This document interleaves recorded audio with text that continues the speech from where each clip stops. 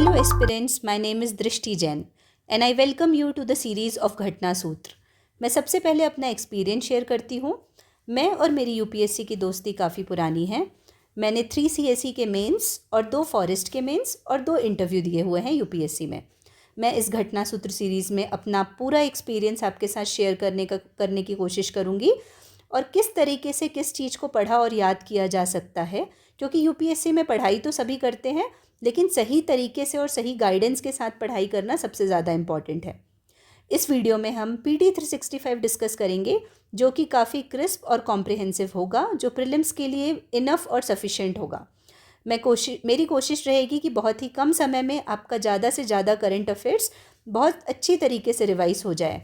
And सबसे important चीज़ हम साथ ही ट्राई करेंगे कि उसका स्टैटिक से लिंकेज और लास्ट 10 ईयर्स के प्रीवियस ईयर क्वेश्चन डिस्कस करेंगे।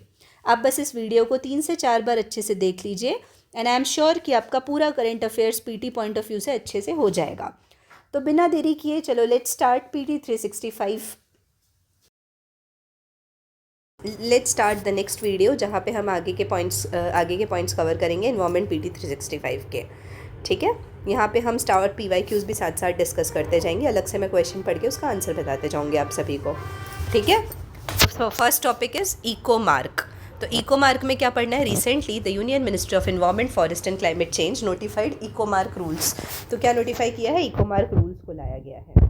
रूल्स नोटिफाइड क्या क्या हुआ है? Granting criteria to a product that has licence और certificate of conformity with the Indian standards granted under bureau of Indian standards act. कौन सा एक्ट के अंदर? Bureau of Indian standards act. और mandate quality of the quality control orders and that fulfils the criteria as prescribed in the rules. According to the rules, the eco mark may be granted to products that meet specified environmental criteria as per resource consumption and environmental impacts. अब application process क्या है? Manufacturers must apply for eco mark through CPCB, central pollution control board के through apply करना चाहिए। Duration है 3 साल का। Oversight and implementation क्या होगा? By steering committee headed by environment secretary. अब other environmental certifications in India, Indian wood and certification, Indian forest and wood certification scheme. इसमें क्या है? It offers voluntary third party certification to promote sustainable forest management and agroforestry. क्या है? Second, it includes forest management certification, tree outside forest management certification and chain of custody certification. कौन कौन से? Forest management certification ये first हो गया, tree outside forest management certification second हो गया और chain of custody certification third हो गया। It provides market incentives to various entities. अब ethanol, ministry of petroleum and natural gas launched ethanol 100 fuel. तो कौन सा फ्यूल? इथेनॉल 100। अब इथेनॉल 100 के बारे में बात करते हैं। Ethanol 100 is a cleaner and greener alternative to gasoline and is a blend of 92 to 94% ethanol, 4 to 5% motor spirit to provide colour to flame. तो जो स्पिरिट डालते हैं वो क्यों डालते हैं? फ्लेम को कलर देने के लिए। एंड 1 to 5% को सॉल्वेंट हायर सेचुरेटेड अल्कोहल, तो अल्कोहल होता है। Ethanol 100 as a higher octane number. तो ऑक्टेन नंबर क्या है इसका? ज़्यादा है, in the range of 100 to 105, which makes it ideal for high performance engines, ensuring improved efficiency and power output, all while minimizing environmental impact. अब रीटैप की बात करते हैं। रीटैप में क्या है? First virtual joint working group meeting of RETAP was launched between representatives of India and USA. अब RETAP के बारे में देखेंगे। RETAP was announced by India and USA jointly in 2023 under strategic clean energy partnership. तो किस में launch हुई थी? स्ट्रैटेजिक क्लीन एनर्जी पार्टनरशिप के अंदर लॉन्च हुई थी। SCEP है ना, जो 2021 में लॉन्च हुई थी, वो कोलैबोरेटिव एफर्ट है इंडिया और यूएसए का to accelerate clean energy innovation and development. Retap's initial focus is to be on green and clean hydrogen, wind energy, ocean and tidal energy. Work is guided by 5 themes. तो क्या क्या? Research and development, piloting and testing of innovative technologies etcetera. अब देखो, ये जो हम ये सब एकदम छोटे छोटे टॉपिक पढ़ रहे हैं ना, ये सब PYQ में आए नहीं है, बट ये किस फॉर्म में आ सकते हैं कि what does ethanol 100 mean, what is RETAP, मतलब what is the function of RETAP. तो ऐसे छोटे छोटे क्वेश्चन आ सकते हैं, बट अभी तक आए नहीं हैं। ठीक है, तो ये प्रोस्पेक्टिव क्वेश्चन है। अब आते हैं हम bio CNG। Recently, Indore Municipal Corporation reported to be producing 17,000 kilograms of bio-CNG, compressed natural gas, every day from Asia's largest municipal solid waste facility. तो इंदौर क्या कर रहा है? bio-CNG प्रोड्यूस कर रहा है। bio-CNG क्या है? It is the purified and compressed form of biogas with around 92 to 98% of methane content. तो 92 to 98% of methane content है इसमें। The plant was launched in 2022 under galvanising organic bio agro resources धन। तो गोबर्धन जो scheme launch हुई थी ना, उस टाइम पे लॉन्च हुआ था, उस टाइम भी ये प्लांट स्टार्ट हुआ था, initiative to turn waste to wealth. अब गोबर्धन इनिशिएटिव के बारे में पढ़ेंगे। तो उसका कोऑर्डिनेटिंग डिपार्टमेंट क्या है? Ministry of drinking water and sanitation of ministry of Jal Shakti. और एम क्या है? कन्वर्टिंग बायोडिग्रेडेबल और organic waste into valuable resources such as biogas, compressed biogas and organic manure and to promote circular economy. I hope यहाँ तक समझ आया होगा आप सभी को। ठीक है, नेक्स्ट टॉपिक है super hydrophobic catalyst. A team of scientist developed a super hydrophobic that is water repellent catalyst. तो क्या डेवलप किया? Water repellent catalyst that can reduce the cost of producing biodiesel. About super hydrophobic catalyst derived from biomass, cellulose and eco-friendly, abundant and reusable and affordable। तो क्या क्या eco friendly है, abundant है, reusable है और affordable है। Can withstand the water byproduct obtained during biodiesel production, preventing the poisoning of active sites by water। अब से थर्ड पॉइंट क्या है? Can provide a sustainable method for biomass waste disposal and expand the utility of biochar as an alternative to graphene। ठीक है, फिर business responsibility and sustainable reporting, ये क्या है? ये हम पढ़ते हैं। ठीक है, recent report analyses how companies are adopting to business responsibility and sustainability reporting. BRSR क्या है? It is a mandatory disclosure mechanism. क्या है ये? मैंडेटरी डिस्क्लोजर मैकेनिज्म है फाइनेंशियल ईयर 2022-23 के लिए for the top 1000 listed companies और businesses to report their performance on environmental, social and governance perspective aspects. तो क्या होता है, जो ESG होते हैं ना, environmental, social and governance perspective, उसके लिए जो नॉर्म रखा गया है उसको बोलते हैं business responsibility and sustainability reporting norms. तो सेबी का क्या है? सेबी की गाइडेंस आए थे। Document provides details on 3 types of disclosures. First is general, second is management process and third is principle wise, that is principle based. अब BRSR का क्या है? BRSR is aimed at improving compliance, consistency and communication around non-financial disclosures. SEBI also introduced BRSR code in 2023 to enhance the reliability of ESG disclosures. BRSR code represents a subset of the comprehensive BRSR and includes a specific set of key performance indicators, metrics across ESG attributes. ठीक है, अब हम देखते हैं related news में 2024 corporate climate responsibility monitor report. ठीक है, released by, किसने रिलीज़ किया? New climate institute in collaboration with carbon market watch. Carbon market watch is an independent not for profit watchdog and research organisation with unique expertise in carbon pricing. Report assesses the transparency and integrity of climate strategies of 51 major global companies. तो इसमें ज़्यादा ऐसा कुछ काम का था नहीं। अब आते हैं हम critical energy transition minerals. Recently UN secretary generals panel on critical energy transition minerals established to develop guiding principles for energy transition has released a report on CETM। तो एक नई रिपोर्ट आई है जो UN सेक्रेटरी जनरल के panel ने release की है। अब CETM होता क्या है? क्रिटिकल एनर्जी ट्रांजिशन मिनरल्स क्या है? They are minerals necessary to construct, produce and distribute and store renewable energy. तो ये क्रिटिकल मिनरल्स होते हैं जो रिन्यूएबल एनर्जी के लिए इंपॉर्टेंट है। इसमें आते हैं rare earth elements, copper, cobalt, nickel, lithium, graphite, cadmium and selenium. Demand for CETMs are expected to triple by 2030 as the world transitions from fossil fuels to renewable energy। तो इसका demand बढ़ने वाला है। अब बायोमास ब्रिकेट्स क्या होता है? Biomass briquettes emerge as a fuel alternative for the power and electricity generation sector। तो biomass briquettes are an alternative fuel। Presently biomass pellets are commonly used as coal alternative। अब biomass briquettes क्या है? Composition है compact blocks of organic materials like agricultural residues, forestry waste और waste biomass। अब briquetting process में क्या आएगा? Densification of biomass to improve its characteristics as a renewable energy resource. They are carbon neutral unlike fossil fuels. तो ये क्या है? Carbon neutral है अनलाइक फॉसिल फ्यूल्स, मतलब कोई एडिशनल कार्बन नहीं रिलीज होगा, ये इंपॉर्टेंट है। अब आते हैं हम नेक्स्ट टॉपिक पे, दैट इज़ परिवेश पोर्टल। तो सेंटर्स परिवेश पोर्टल क्रॉसेस 50,000 क्लियरेंसेज माइलस्टोन। परिवेश पोर्टल, अब ऊपर ही लिख दिया कि क्लियरेंसेज देने के काम आता है, तो परिवेश पोर्टल के बारे में फुल फॉर्म देख लेते हैं। Stands for proactive and responsive facilitation by interactive and virtuous environmental single window hub. तो ये सिंगल विंडो हब है बेसिकली। किसने लॉन्च किया है? MOFCC ने थ्रू NIC, मतलब ये डिजिटल सिस्टम है। ऑब्जेक्टिव क्या है? Acts as a single window portal for environment, forest, wildlife and coastal regulation zone clearances and monitor their subsequent compliance. ठीक है, तो ये क्या था, परिवेश पोर्टल। अब आते हैं ऑर्गेनाइजेशन से न्यूज़। तो ऑर्गेनाइजेशन ना बहुत सारी टाइप की ऑर्गेनाइजेशन है और कोई कोई PYQ में पूछी गई है, लेकिन अभी आज की डेट पे ना जो कॉमन ऑर्गेनाइजेशन है वो नहीं आ रही। UPSC क्या कर रहा है, एकदम रैंडम से कोई नई ऑर्गेनाइजेशन ला रहा है और उससे क्वेश्चन पूछ रहा है। तो वैसे क्वेश्चन अपन से बहुत बार होता है बन नहीं पाते हैं, तो भी हम एलिमिनेशन टेक्निक से क्वेश्चन देखने का ट्राई करेंगे। लेकिन जो टॉपिक्स में अभी आ रहे हैं उसमें IASA का क्वेश्चन है जो पिछले कुछ सालों में PYQ में आया है। ठीक है, तो पहले हम ऑर्गेनाइजेशन पढ़ लेते हैं, उसके बाद हम IASA का क्वेश्चन डिस्कस करेंगे। अब इसमें है इंटरनेशनल सोलर अलायंस। तो इसका हेडक्वार्टर क्या है, कहाँ है, गुरुग्राम हरियाणा, गुड़गांव में। Recently Armenia became the 104th member country to join international solar alliance. Genesis क्या है, jointly announced by India and France in 2015। तो इंडिया एंड फ्रांस ने अनाउंस किया है 2015 में at the UN Paris climate change conference COP21 of UNCCC।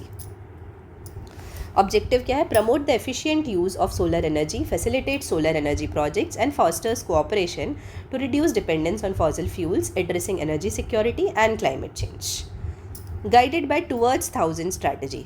तो towards 1000 strategy क्या है ये देख लेते हैं। Mobilise $1,000 billion of investment in solar energy solutions by 2030, deliver energy access to 1,000 million people using clean energy solutions, installation of 1,000 gigawatt of solar energy capacity, and mitigate global solar emissions to the tune of 1,000 million tons of CO2 every year.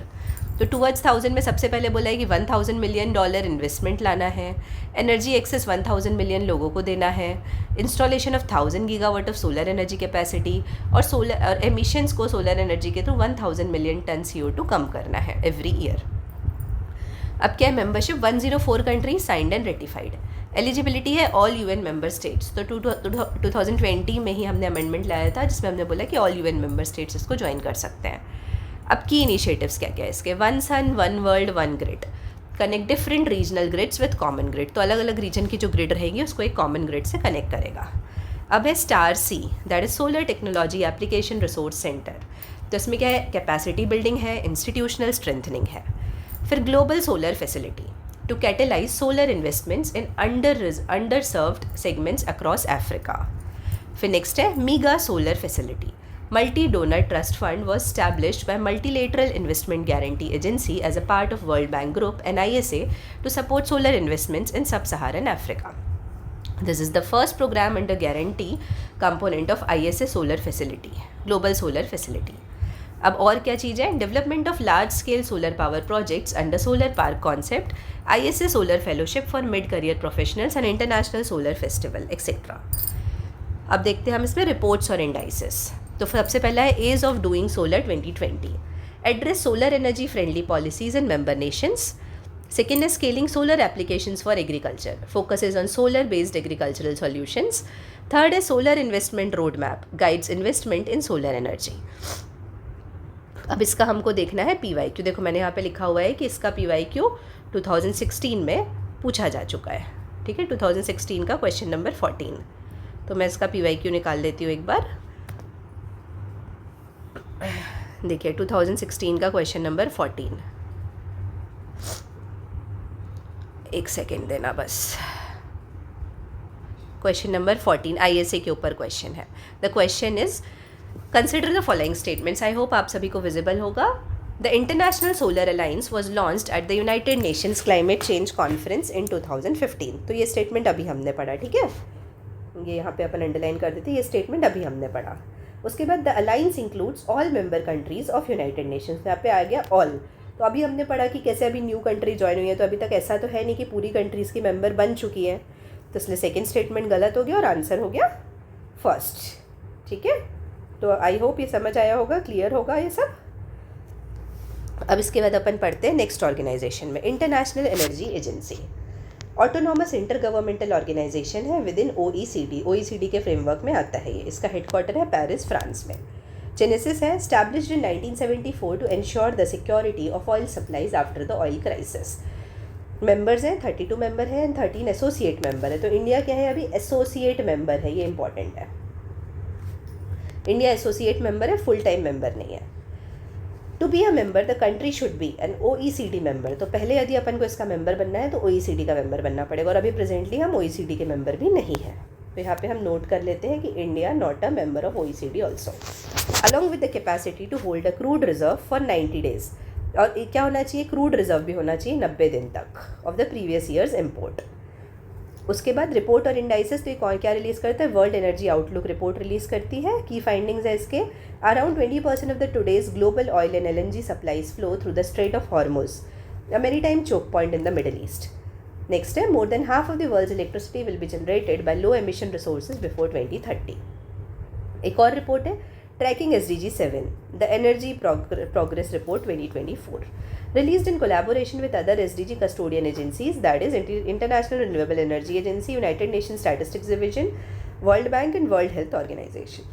अब SDG 7 क्या है? SDG 7 बात करता है access to affordable, reliable, sustainable and modern energy for all. अब other reports में और क्या क्या है, ग्लोबल EV आउटलुक रिपोर्ट है, वर्ल्ड एनर्जी एम्प्लॉयमेंट रिपोर्ट है।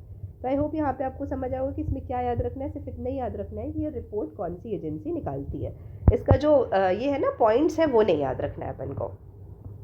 नेक्स्ट है इंटरनेशनल रिन्यूएबल एनर्जी एजेंसी। तो इसका हेडक्वार्टर है अबू धाबी UAE में। ये leading global intergovernmental agency है for energy transformation. Genesis proposal for an international agency dedicated to renewable energy was made in 1981 at the United Nations conference on new and renewable sources of energy held at Nairobi, the Nairobi University. ERINA was founded in Bonn, Germany, with 75 states signing the ERINA statute at that time. और अभी कितने member हैं? 168 countries हैं, EU है, और India is also a member. Functions serves as the principal platform for international cooperation, supports countries in their energy transition, and data and analysis on technology।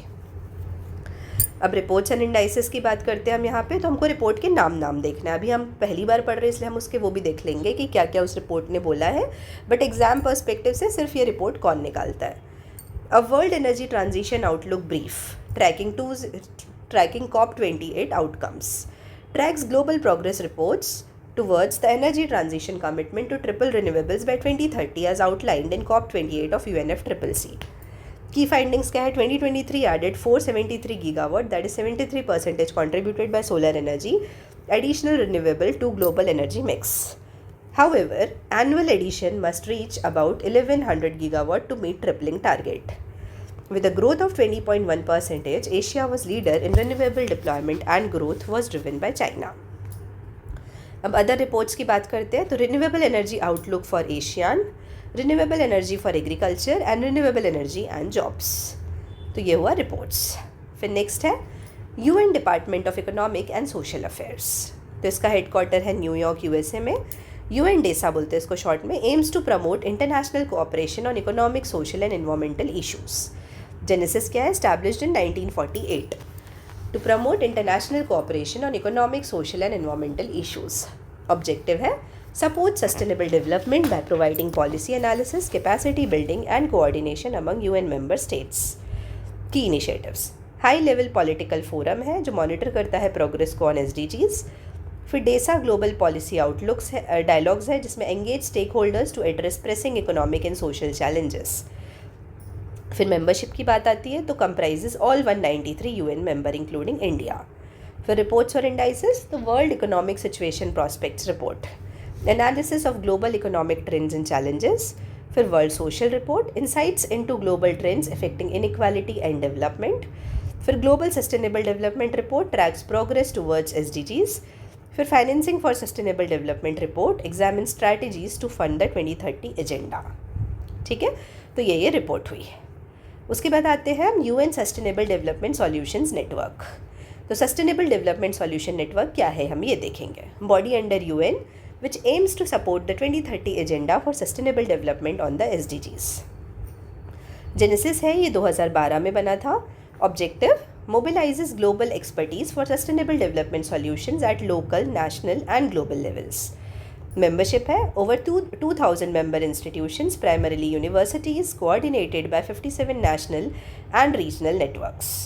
Functions है, provides policy advice, promote research and foster collaboration across sectors for achieving SDGs. Key initiatives क्या क्या है? Youth solution programme engages youth innovators. फिर SDSN network है जो adapt SDG solutions to regional and local context. फिर thematic networks है जो focus on climate, energy and biodiversity.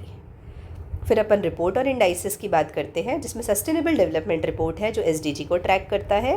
SDG cities guide है जो localising SDGs in urban areas. फिर global happiness policy report है जो links happiness with sustainable development. फिर SDG transformation road map है जो स्ट्रैटेजीज़ फॉर SDG एक्सेलरेशन को deal करता है। ठीक है, फिर हम नेक्स्ट देखते हैं international energy efficiency hub. International energy efficiency hub के बारे में union cabinet has approved the signing of letter of intent enabling India to join IEEH। तो इंडिया इनके ज्वाइन करने की बात से रिलेटेड है ये। अब ये इंटरनेशनल एनर्जी एफिशिएंसी हब है क्या? ये ग्लोबल प्लेटफॉर्म है dedicated to fostering collaboration and promoting energy efficiency worldwide. Genesis क्या है? 2020 में बना था as the successor to the International Partnership for Energy Efficiency in which India was a member. Members इसके 16 मेंबर है, including countries like United States, China, United Kingdom and Germany and the European Commission. Mandate है, it is a global platform dedicated to fostering collaboration and promoting energy efficiency world wide. Bureau of Energy Efficiency has been designated as the implementing agency on behalf of India। तो इसको कौन देखेगा? Bureau of energy efficiency. अब आते हैं हम world Energy council के बारे में। तो इसका हेडक्वार्टर है लंदन में। द 26th एनर्जी कांग्रेस को hosted by the World Energy Council was concluded in Rotterdam, Netherlands.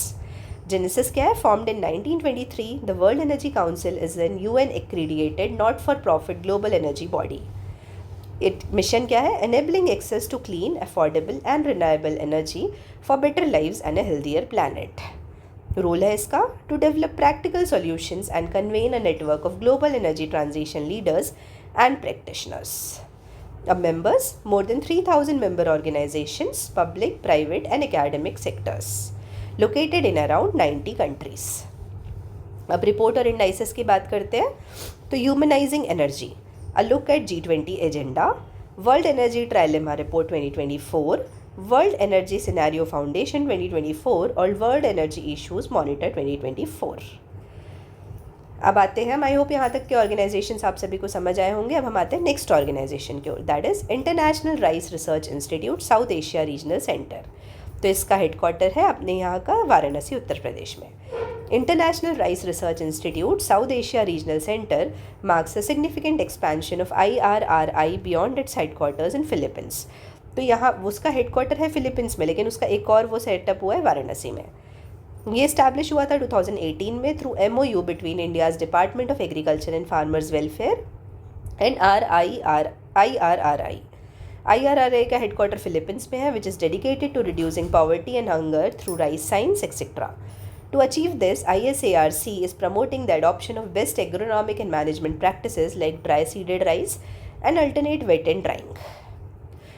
अब इसमें फंक्शन इसका dedicated to strengthening rice based agri food system in South Asia region by developing climate resilient biofortified rice varieties for farmers and consumers. तो I hope यहाँ तक सभी को clear होगा। अब हम आते हैं next topic, that is disaster management. तो डिज़ास्टर मैनेजमेंट में पहला टॉपिक है infrastructure for resilient island states. Recently CDRI announced $8 million funding throughout its Infrastructure for Resilient Island States program to support disaster resilient infrastructure in small island developing states। अब news में क्या है? Announced on the United Nations 4th International Conference on SIDS in Antigua and Barbuda। CDRI also recently announced a $2.5 million fund under Urban Infrastructure Resilience Program to enhance climate resilience of cities in 30 low and middle income countries including India। अब IRIS programme के बारे में देखते हैं हम। Members क्या है? CDRI with members Australia, European union, India, United kingdom and SIDS representatives। Launched at COP26 during the World Leaders Summit। IRIS program has won the 2024 UN SIDS Partnership Award for its contribution to the sustainable development of SIDS through innovative and impactful partnerships। Infrastructure resilience accelerator fund है 2022 में, जो support किया गया था IRIS programme ने। A $50 million trust fund to support global action on disaster resilience of infrastructure system। established with the support of UNDP and UNDRR with special focus on developing countries and SIDS. अब about small island developing states के बारे में पढ़ेंगे. तो SIDS are a group of small island countries and territories that share similar sustainable development challenges and face social, economic and environmental vulnerabilities. Not all SIDS are islands. तो सब small island developing states जो हैं वो islands नहीं हैं. Belize, Guyana, Suriname are also included because of their common characteristics. अब examples के SIDS का Maldives, Seychelles, Marshall Islands, Solomon Islands, Suriname, Mauritius, Papua New Guinea, Vanuatu, Guyana and Singapore. The three geographical regions in which SIDS are located are the Caribbean, the Pacific, the Atlantic, the Indian and South China Sea. SIDS are recognized as special case both for their involvement and development at the 1992 United Nations Conference on Environment and Development. अब global measures क्या क्या लिए जा रहे हैं SIDS के लिए? The Alliance of Small Island States. It is an intergovernmental organization which plays an integral role in carrying out advocacy for small island states and influencing international environmental policy. Next है Global Conference on Sustainable Development of Small Island Developing States, जिसको Barbados programme of action बोलते हैं. अब UNDP के initiatives क्या क्या है? Climate promise initiative which helps SIDS to prepare enhanced nationally determined contribution, and Progressive Platforms Initiative empowers SIDS by building diplomatic, legal and technical capacity for improved climate negotiations. उसके बाद है Small Island Developing States Accelerated Modalities of Action Pathway, जिसका M है address the unique challenges faced by SIDS and to support their development. फिर 2023 का UN resolution है on climate justice which aims to secure a legal opinion from the International Court of Justice on the obligations of states in respect of climate change. फिर International Tribunal है for Law on Sea advisory opinion जो